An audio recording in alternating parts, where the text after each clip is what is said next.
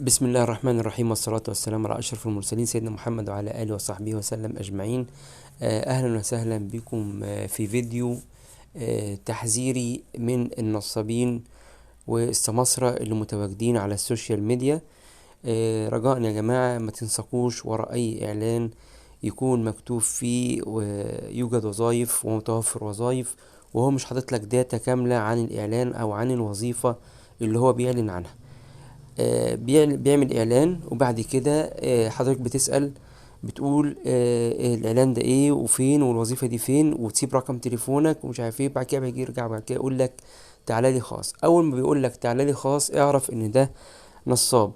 لو هو عاوز الفايدة للناس ما يتكلم على الملأ، ويتكلم في العموم. ليه بيقول لك تعالى لي خاص؟ عشان خاطر يبتدي ينصب شباكه، وابتدي ينصب عليك، واخد بال حضرتك، وابتدي ياخد منك اللي هو عايزه، وهو عارف ان انت في احتياج لوظيفة ومحتاج لشغل. طيب الكلام ده ادى لايه؟ الكلام ده ادى الى ان وزارة القوى العاملة كل شوية بتنشر تحذير، وده الاعلان دوت من ضمن التحذيرات اللي هم كانوا منزلينها يوم 24/11 جريدة الاهرام. في البداية بنذكرك لو انت لسه مش مشترك في القناة يا ريت تشترك وتفعل الجرس وتدوس لايك للفيديو عشان يوصلك كل جديد، وعشان تشوف كل الاخبار الجديدة اللي احنا بننزلها. طيب الخبر بيقول الحكومة تنفي توفير فرص عمل للشباب بالخارج. طيب ده ناتج عن ايه؟ ناتج عن ان في ناس كانت بتقول ان احنا عندنا فرص عمل بالخارج، ويبتدي يبتدي يتصل بيك ويقول لك تعالى قابلني وهات اوراق، ويبتدي في الاخر عملية نصب جامدة جدا.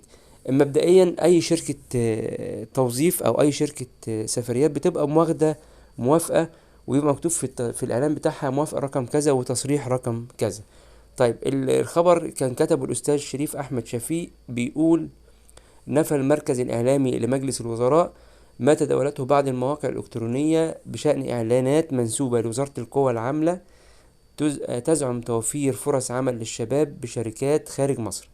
وكما المركز بالتواصل مع وزارة القوى العاملة التي نفت تلك الأنباء، موضحة أن تلك الإعلانات وكذلك المواقع الإلكترونية المتداولة وهمية ومزيفة ولا علاقة للوزارة بها على الإطلاق، مشددة على أن أي فرص جديدة للعمل خارج مصر يتم إعلانها بشكل رسمي على قنوات الاتصال الخاصة بالوزارة، سواء على الموقع الإلكتروني عبر الرابط اللي هو قدام حضرتك ده، تمام، او الصفحة الرسمية للوزارة على الموقع فيسبوك عبر الرابط اللي انت هتشوفه قدام حضرتك ده، تمام، او من خلال التواصل مباشرة مع الإدارة العامة للتشغيل الخارجي او الإدارة العامة لشؤون شركات إلحاق العمالة بالخارج بديوان عام والوزارة اللي هي وزارة القوى العاملة، محذرة المواطنين من الانسياق وراء تلك المواقع المزيفة التي تستهدف استغلال بياناتهم الشخصية زي ما قلنا، وسيتم اتخاذ جميع الإجراءات القانونية حيال مروجي تلك الإعلانات الوهمية. يبقى حضرتك لو انت بتدور على فرص عمل خارج مصر يا ريت تتوجه فورا للوزارة. عندك كذا كذا كذا طريقة تقدر تشوف بيها. أول حاجة واخد بال حضرتك الموقع الرسمي بتاع وزارة القوى العاملة على الفيسبوك، تمام، هتلاقيه. او تروح حضرتك لمقر الوزارة وزارة القوى العاملة، تمام، الإدارة العامة للتشغيل الخارجي او الإدارة العامة لشؤون شركات إلحاق العمالة بالخارج بدون عام الوزارة. والوزارة معروف مكانها صريح جدا في شارع صلاح سالم، تقاطع يوسف عباس مع صلاح سالم. واخد بال حضرتك بتطلع بتخش الوزارة وبتطلع اي مكان، مفيش حد بيعطلك في حاجة، الناس بترحب بيك وبيديلك كل الداتا وكل البيانات اللي انت عايزها، وكمان ممكن لو في فرص عنده متوفرة يبتدي يدلك عليها. فرجاء بلاش تتعامل مع الناس اللي على الفيسبوك او على السوشيال ميديا اللي ملهمش اساس.